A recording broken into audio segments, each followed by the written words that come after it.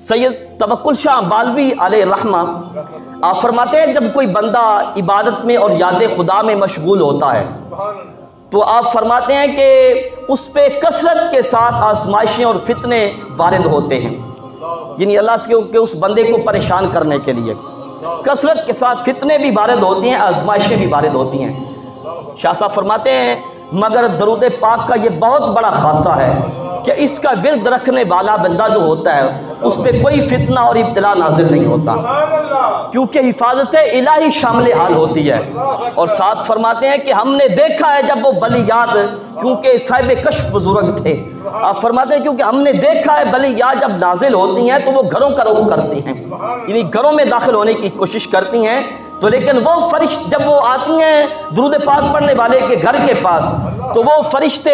جو درود پاک کے خادم ہوتے ہیں وہ ان بلیات کو اس کے گھر میں نہیں داخل ہونے دیتے، اور فرماتے ہیں بلکہ پڑوس سے بھی ان کو پکڑ کے دور پھینک دیتے ہیں۔ تو اس لیے ایسا بندہ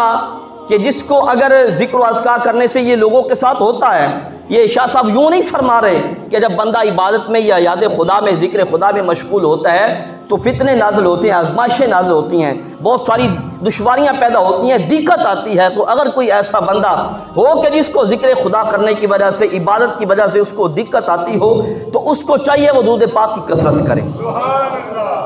درود پاک کی کثرت سے میرا رب یہ مشکلیں آسان فرما دے گا۔